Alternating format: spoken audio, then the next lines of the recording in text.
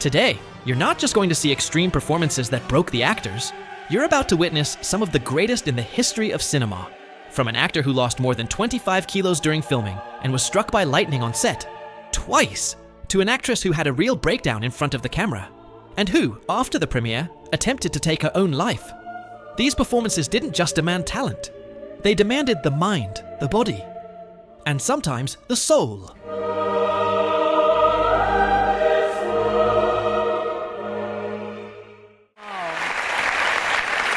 That's just incredible.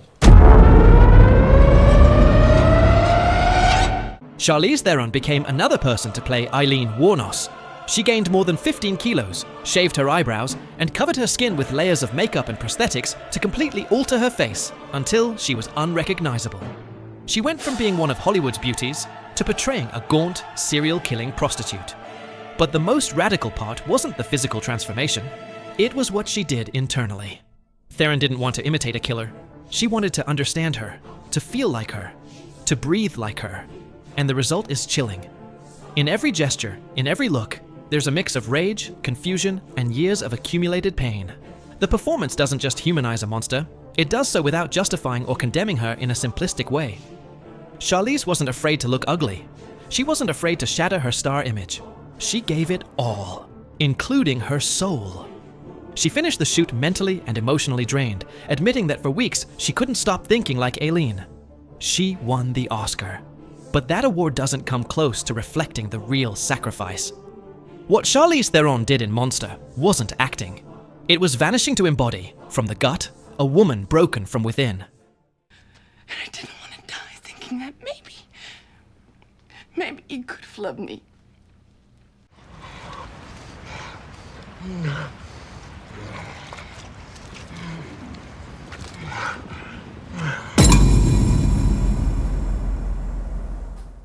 Leonardo DiCaprio had already spent decades as one of the best actors in the world, but it wasn't until The Revenant that he truly gave everything. They filmed in real conditions, in freezing temperatures. He wore real pelts, slept in the snow, dove into icy rivers, and suffered actual hypothermia. Director Iñárritu rejected special effects whenever possible, and that pushed Leo into something almost inhuman. In one scene, Hugh Glass eats a raw bison liver. That wasn't CGI. DiCaprio did it for real. He vomited afterward, but kept going. During the bear attack, one of the most brutal in modern cinema, he was dragged by harnesses, slammed to the ground dozens of times, and battered until he bled. There was no room to act, only to survive. The shoot was so extreme that several crew members quit. One even compared the experience to a frozen hell. But DiCaprio endured.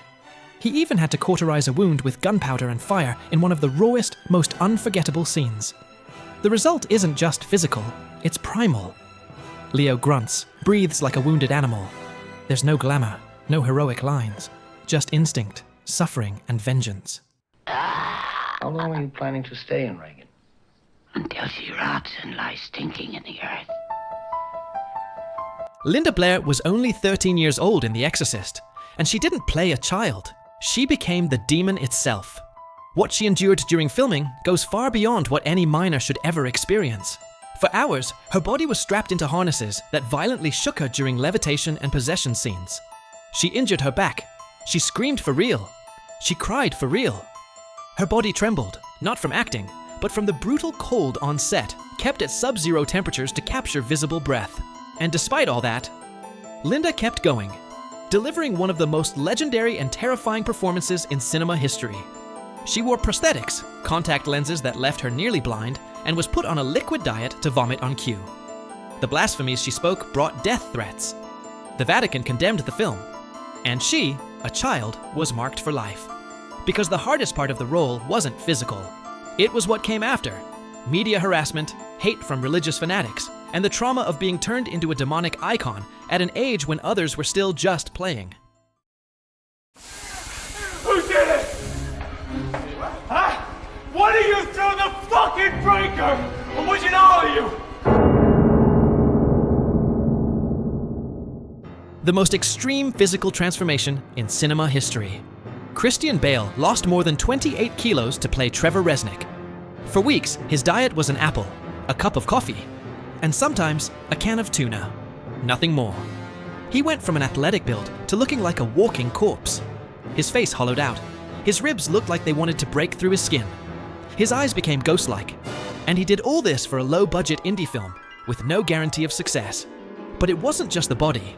Bale stepped into the skin of a man who hadn't slept in a year, consumed by guilt and paranoia. He became one with insomnia. He spoke little, isolated himself, became a ghost even off-set. Doctors warned he was risking his life, but he didn't stop. When his body started to shut down, he still insisted on losing 10 more kilos until they forced him to stop. This performance didn't win awards, it didn't fill theaters, but it remains one of the greatest physical sacrifices ever made by an actor. An extreme display of commitment, of obsession. Christian Bale didn't just play madness, he lived it in the flesh.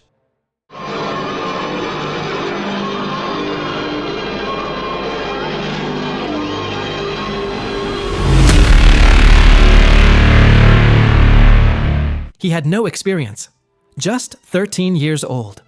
And they ruined his childhood. Alexi Krafchenko played Floria, a boy who witnesses the Nazi genocide in Belarus. But Come and See isn't a war movie. It's a descent into madness. And what you see on screen isn't acting. It's real trauma. The director wanted the suffering to be authentic. They fired live ammunition near the actor. They made him listen to war sounds at unbearable volumes. They submerged him in mud, fear, and despair. Changed his diet, isolated him, and pushed him emotionally to the edge. Alexi's face at the end of the film looks 20 years older. His eyes are empty. He has seen what no one should ever see, and that look wasn't fake. During filming, Krafchenko suffered nervous breakdowns, constant nightmares. His parents almost pulled him from the production, but he insisted on finishing. The result was the greatest child performance of all time, an emotional transformation that forever marked his life and cinema. Because Alexi didn't just act in a movie about horror, he lived it. Emily Watson made her film debut in Breaking the Waves, and her first performance was one of the most extreme and devastating ever filmed. Breaking the Waves wasn't just her debut, it was a limit experience, a total surrender that brushed up against self-destruction. She played Bess, a deeply religious, innocent young woman who believes that to love is to sacrifice. And in her case, that sacrifice meant embracing the most absolute pain, physical, psychological, and spiritual. Lars von Trier, known for emotionally wrecking his actresses, pushed her to the edge. The camera inches from her face, no body doubles, no escape. Every sex scene, every moment of humiliation or pain was real, brutal, almost unbearable to watch. And she exposed herself completely, emotionally, physically, psychologically. For weeks, she lived in constant tension. Every day she left the set crying, devastated, trembling. And still she pressed on, because she believed that this story, this pain, deserved to be told without filters. Few have ever given so much on screen, even fewer in their first role. Her performance remains, nearly 30 years later, one of the rawest and most soul-bearing in cinema history. Fuck Allah, there's not 100% commitment.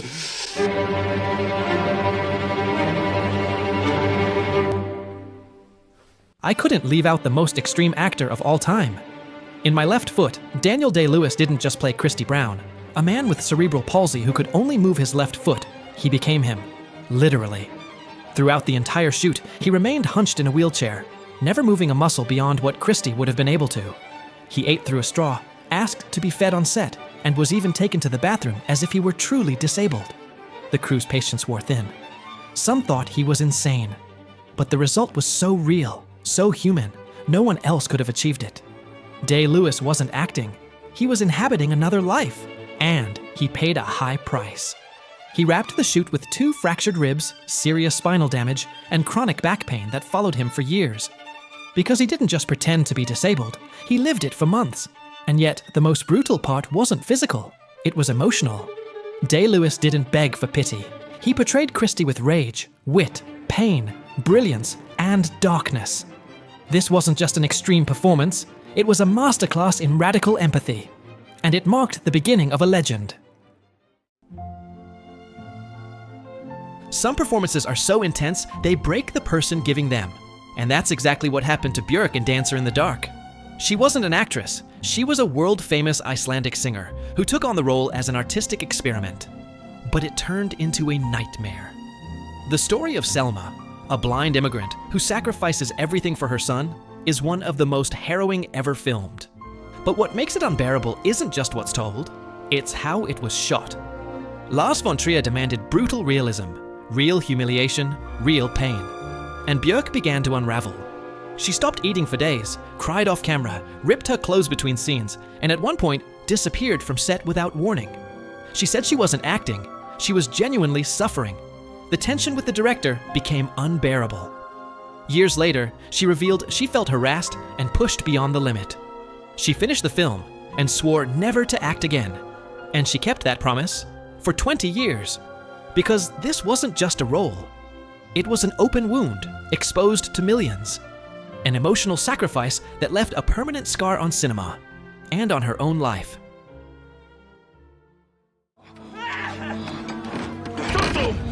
Volcano Hackos! Hack!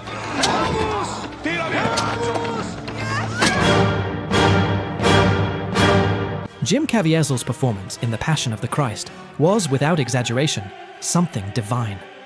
He was 33, the same age Jesus was when he died, and what he endured on set was pure torment. He suffered hypothermia, dislocated a shoulder, was accidentally whipped with real lashes, and as if touched by a sign or a curse, he was struck by lightning. Twice. Once during the Sermon on the Mount. The second while hanging on the cross. 2 lightning strikes, and he survived. He lost more than 40 pounds during filming and ended up so physically wrecked he needed heart surgery. Caviezel said he felt an intense spiritual connection, but also that he would never do it again. Still, he pushed on, with open wounds, fever, and muscle spasms. Many scenes were shot in near-freezing temperatures, with him nearly naked, drenched in fake or real blood. His body shook so violently that some takes had to be repeated dozens of times. And yet his performance is deeply human, full of physical agony, but also spiritual grace. There are no theatrical gestures, just a gaze filled with resignation, love, and genuine suffering. And as if that weren't enough, he learned Latin, Aramaic, and Hebrew for the role. The Passion of the Christ remains one of the most punishing shoots in cinema history. And a large part of that is because of him, an actor who gave everything, and literally risked his life to tell this story. Question très simple, vous y avez, je suppose, beaucoup réfléchi. Pourquoi cette rumeur? Écoutez, à mon avis, ce n'est pas à moi de...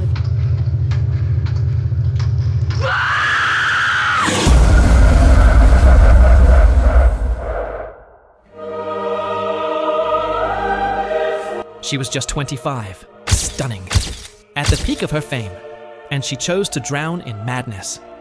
Her tunnel scene in Possession is arguably the most extreme acting ever put on film.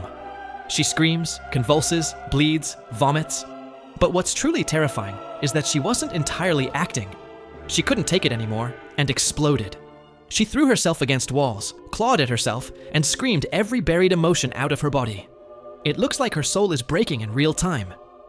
During the shoot, Ajani cried constantly. She couldn't sleep, barely ate, and lived almost as if possessed. But the worst came at Cannes. After seeing the film, she ran trembling to the bathroom and tried to end her life. Fortunately, she failed. But what followed was a deep depression and intense anxiety. Years later, she confessed it took over a decade to fully recover mentally. She even said, "I never want to go through that again." And she kept that vow, never accepting a role like it again. She admitted she's never been able to rewatch Possession, and that it was likely the worst experience of her life. Luckily, she recovered completely and went on to have an extraordinary career. But this wasn't a realistic performance. It was raw, visceral catharsis, a descent into the abyss of a woman torn apart by love, motherhood, desire, and madness. You can't watch it and stay the same. You can't forget it. Because it may be the most extreme performance ever given by a human being. An on-camera collapse that lasted nearly 2 hours.